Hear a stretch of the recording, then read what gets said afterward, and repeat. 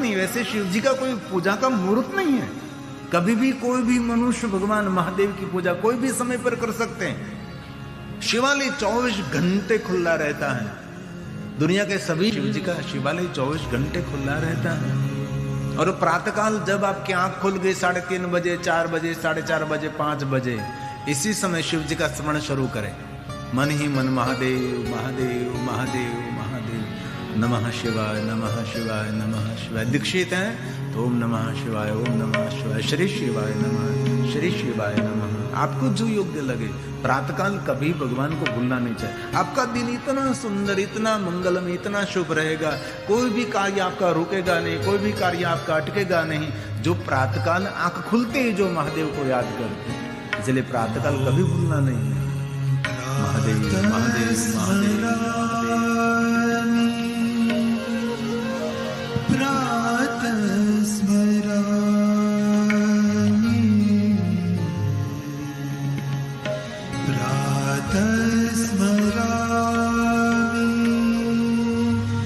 जागो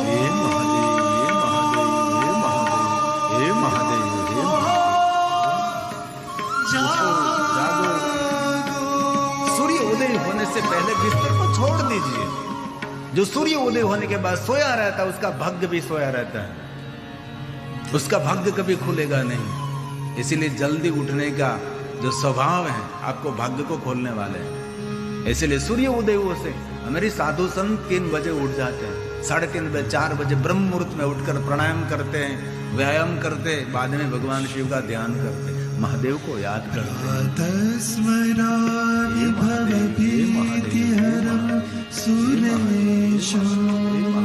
गंगाधरं वृषभवाहनं अम्बिकेशं खड्वांग शूलवरदा भयहस्तमीशं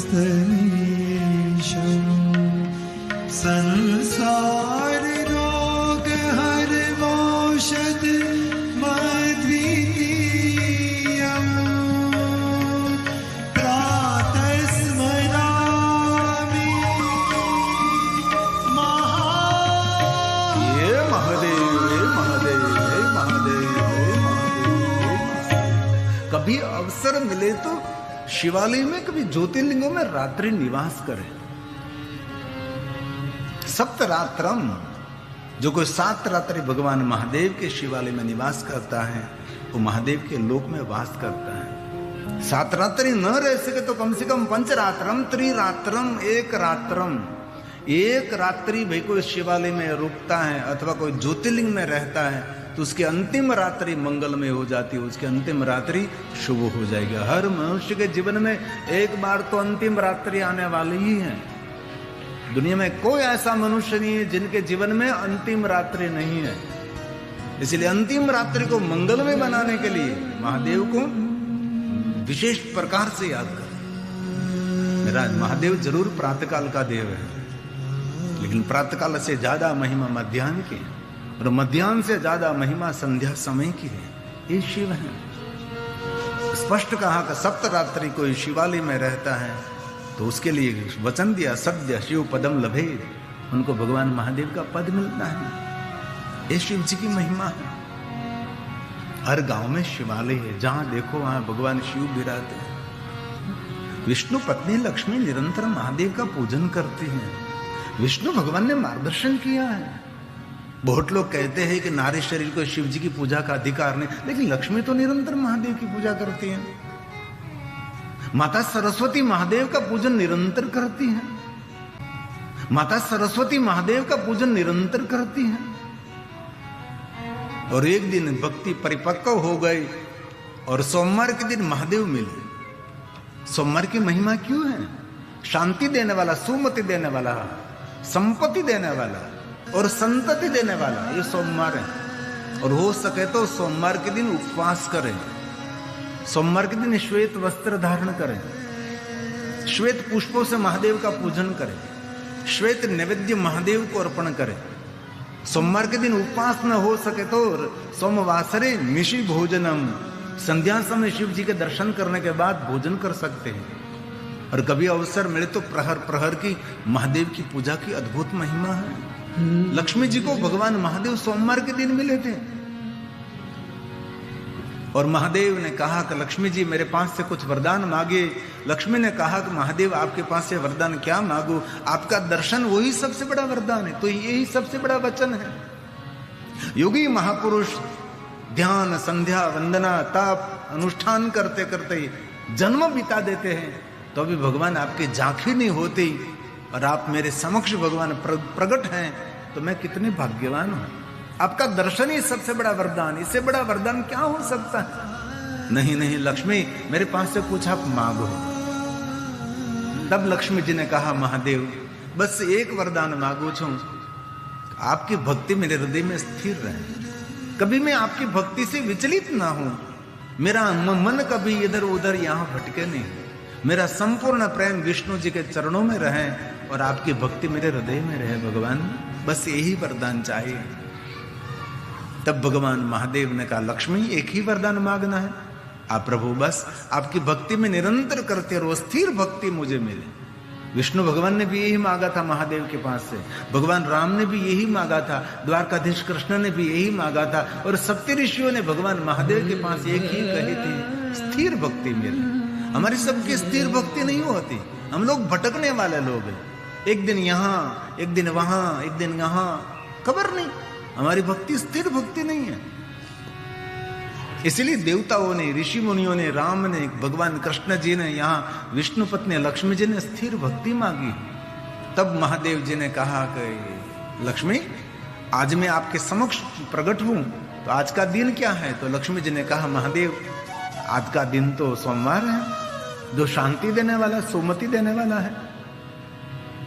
तो लक्ष्मी जी कहिए सोमवार के दिन किसकी पूजा की प्रधानता है। तब लक्ष्मी ने स्वयं ने कहा महादेव सोमवार के दिन तो आपकी पूजा की प्रधानता है। कोई मनुष्य रोज रोज नित्य नित्य आपकी पूजा नहीं कर सकते, वो सोमवार के दिन करते हैं और सोमवार के दिन नहीं कर सकते, वो महीने में एक बार करते हैं। त्रयोदशी व्रत करे हमेशा, ताके तन नहीं रहे कलेशा, धूप दीप नैवेद्य चढ़ावे, शंकर सन्मुख पाठ सुनावे, जन्म जन्म के पाप नचावे। महीने में एक बार प्रदोष पूजा, जीवन के सभी दोषों में से मनुष्य मुक्त हो जाएगा। प्रदोष पूजा, त्रयोदशी पूर्ण हो रही, चतुर्दशी का प्रारंभ हो रहा है, दोनों तिथि का मिलन उसको प्रदोष कहा जाता है, अथवा पंचांग में लिखा हुआ समय उसको प्रदोष कहा जाता है, अथवा त्रयोदशी कृष्ण पक्ष की त्रयोदशी के दिन सुबह में चंद्र की उपस्थिति में भगवान का पूजन, वो भी प्रदोष की पूजा है। और पूरी साल महादेव का पूजन न कर सके लेकिन महाशिवरात्रि के दिन भगवान महादेव की पूजा करे तो पूरी वर्ष भगवान महादेव की पूजा का फल एक महाशिवरात्रि देते हैं। और इनमें भी महाशिवरात्रि के दिन सुबह में चंद्र की उपस्थिति में महादेव की पूजा करना और महाशिवरात्रि के दिन चंद्र का दर्शन, वो चंद्र दर्शन नहीं है, वो साक्षात महादेव का दर्शन है। कभी महाशिवरात्रि के दिन जो चंद्र दर्शन हो जाए तो समझ लेना चाहिए आपको भगवान महादेव का दर्शन हुआ है। ये चंद्र दर्शन की महिमा है। इसलिए महादेव ने कहा कि लक्ष्मी आज का दिन सोमवार है, सोमवार के दिन मेरी पूजा की प्रधानता रही है, लेकिन मैं वचन देता हूं लक्ष्मी आज से आपकी पूजा सोमवार के दिन की जाएगी। इसलिए कोई लक्ष्मी जी की विशेष प्रकार से पूजा करना चाहते हैं तो सोमवार के दिन लक्ष्मी जी की विशेष पूजा करें। और भगवान महादेव ने दूसरा वरदान दिया कि लक्ष्मी आप मुझे कहो अब किसकी साधना करते हैं। तो लक्ष्मी जी ने कहा मैं तो महादेव की आपकी ही साधना करती हूं। तो सुनो लक्ष्मी इस देवलोक में आपका परिचय क्या है। लक्ष्मी जी ने कहा देवलोक में सभी मुझे कहते हैं कि विष्णु पत्नी लक्ष्मी, विष्णु पत्नी लक्ष्मी, विष्णु पत्नी लक्ष्मी। तो आज से मैं आपका थोड़ा सा नाम विधान बदलता हूं। भगवान महादेव ने कहा लक्ष्मी जी को, लक्ष्मी जी ने कहा मेरा नाम भगवान आप बदलेंगे। भगवान शिव ने कहा कि मेरी जो भक्ति करते हैं ना उसका नाम बदलने की क्या बात करो, उसका भाग्य भी मैं बदल सकता हूं, लेकिन एक बार मेरा साधन करे, मेरी साधना करे, मेरी उपासना करे, एक बार मेरा भजन करे। इसीलिए महादेव जी ने कहा कि लक्ष्मी आज से आपका नाम विष्णु पत्नी लक्ष्मी नहीं, आज से आपका नाम रहेगा विष्णु पत्नी महालक्ष्मी, कारण के आपने महादेव की साधना की है। इसलिए आज से आप सारा देवलोक विष्णु पत्नी लक्ष्मी नहीं कहेंगे, आज से सारा देवलोक आपको विष्णु पत्नी महालक्ष्मी करेंगे। इसलिए भगवान शिव जी ने लक्ष्मी को वरदान दिया। वहां से कहते हैं महालक्ष्मी, शिव की उपासना का फल है महालक्ष्मी। इसलिए महादेव के भक्तों को भाग्यवान नहीं कहते, महाभाग्यवान कहते हैं। भगवान की कथा अद्भुत नहीं, महाअद्भुताम कथाम दिव्याम, ये महाअद्भुत कथा है। कथा श्रवण करने से पुण्य नहीं, कथा श्रवण करने से महापुण्य मिलता है। और कथा सुनने वाला कोई आत्मा नहीं है, कथा सुनने वाले सभी महात्मा हैं। कोई भी जाति का, कोई भी ज्ञाति का, कोई भी वर्ण का, कोई भी देश का हो, जो भगवान की कथा सुनता है, महादेव की कथा श्रवण करते हैं, वही स्वयं महात्मा है। महादेव की भक्ति करते वही महात्मा है। तो लक्ष्मी जी स्फटिक शिवलिंग की पूजा करते हैं, प्रातःकाल पूजा करते हैं, मध्याह्न पूजा करते हैं, संध्या समय पूजा करते हैं। और तीनों समय जो भगवान का पूजन करते हैं, मेरु कांचन दताना, 3 समय महादेव की पूजा करें, प्रातःकाल, मध्याह्न और संध्या। 3 समय जो शिव का पूजन करते हैं, उसके लिए क्या था? मेरु कांचन, मेरु पहाड़ जितना स्वर्ण का दान करे, करोड़ों गायों का दान करे, करोड़ों घोड़ाओं का दान करे, शिव दर्शन करने मात्र से। मेरु कांचन दतानं गवाकोटि शतानि सैकड़ों पंचकोटि तुरंगगणा तत्फलं शिवदर्शनम् तत्फलं शिवदर्शनम्। भगवान महादेव की दिन रात पूजा करें। लेकिन एक बात याद रखिए, सुख तो तब मिलेगा जब आपके जीवन शैली बदले, शांति तो तब मिलेगी आपका व्यवहार बदले। जहां तक आपका व्यवहार नहीं बदलेंगे, आहार नहीं बदलेंगे, विचारों नहीं बदलेंगे, तब तक कुछ मिलने वाला नहीं। दिन रात आप भजन करते रहो, लेकिन भजन का प्रभाव जरूर मानसिकता पर पड़ता है। लेकिन व्यवहार बदलने के लिए, विचार बदलने के लिए, हमारे कर्म बदलने के लिए तो कथा श्रवण करनी चाहिए। कर्म जहां तक बदले नहीं, वहां तक तो कुछ मिलता नहीं। आरोग्य की झंखना करते हैं तो आपके आहार में थोड़ा विवेक होना चाहिए, तो ही आपका आरोग्य रहेगा। आरोग्य आहार से रहता है। और विचारों में आप संयम रखना चाहते हैं तो आहार पर संयम होना चाहिए, तो विचारों पर संयम रहेगा। विचारों पर संयम रहेगा, आहार पर संयम रहेगा, तो व्यवहार पर आपो-आप संयम हो जाएगा। इसलिए आहार शुद्धि, विचार शुद्धि और व्यवहार शुद्धि व्यक्ति को सुख दे सकती है। जहां तक हमारा स्वभाव नहीं बदलेंगे, वहां तक सुख की अपेक्षा कहां से रखेंगे। और भगवान व्यास ने यह भी कह दिया कि लाख पूजा करो, लेकिन जहां तक आपका कर्म नहीं बदलेगा, वहां तक कोई सुख की अपेक्षा नहीं। तो कलयुग के अंदर कर्म का फल भोगना पड़ता है। अब नहीं खाने का खाते रहते हैं, नहीं पीने का पीते रहते हैं, दूसरों के साथ कपट करते रहते हैं, दुराचार करते रहते हैं, और सुख की अपेक्षा रखे तो कैसे सुख मिलेगा। इसीलिए कहा भगवान व्यास जी ने, एवं ज्ञात्वा नर कुर्वन्, कलयुग के अंदर जैसे कर्म करोगे वैसा फल मिलेगा। और कलयुग की महिमा भी ऐसी है, कलयुग में इस जन्म में कर्म करो तो दूसरे जन्म में नहीं मिलता। कलयुग इतना सुंदर युग है, जिस समय कर्म करो इसी समय फल मिलता है।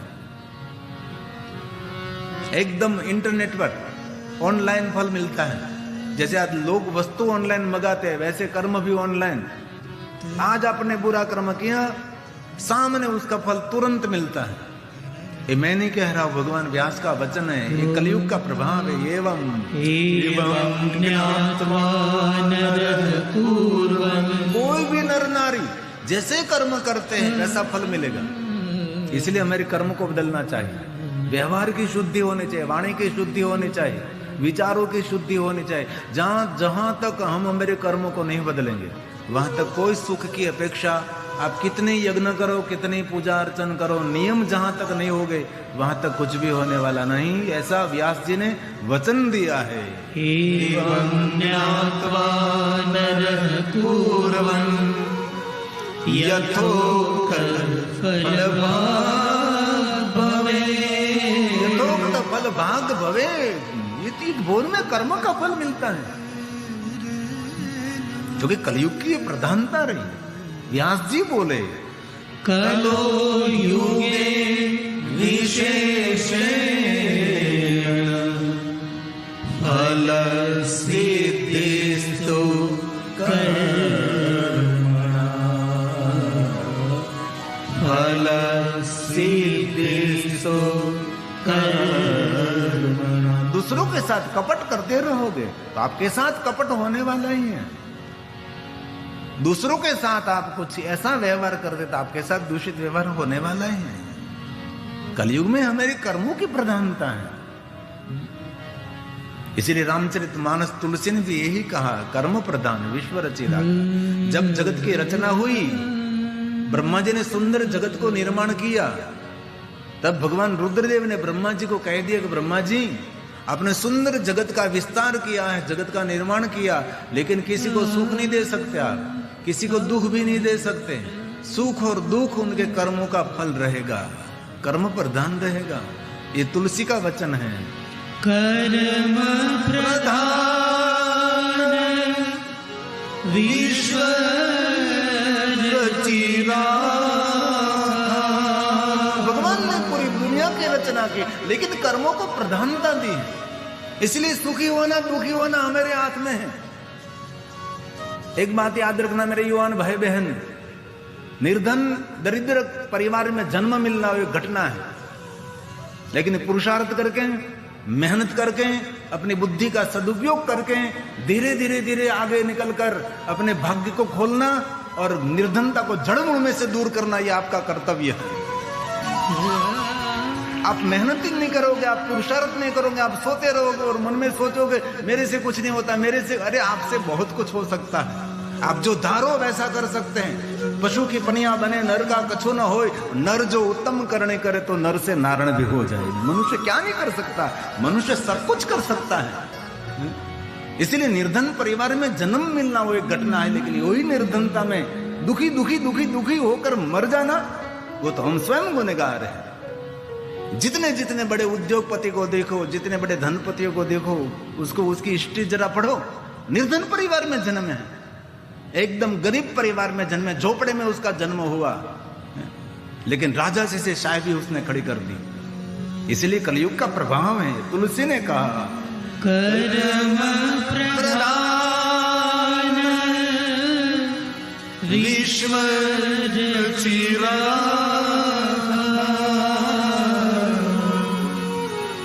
जो जस करहि सो तसु फलु चारा। जो जस करहि सो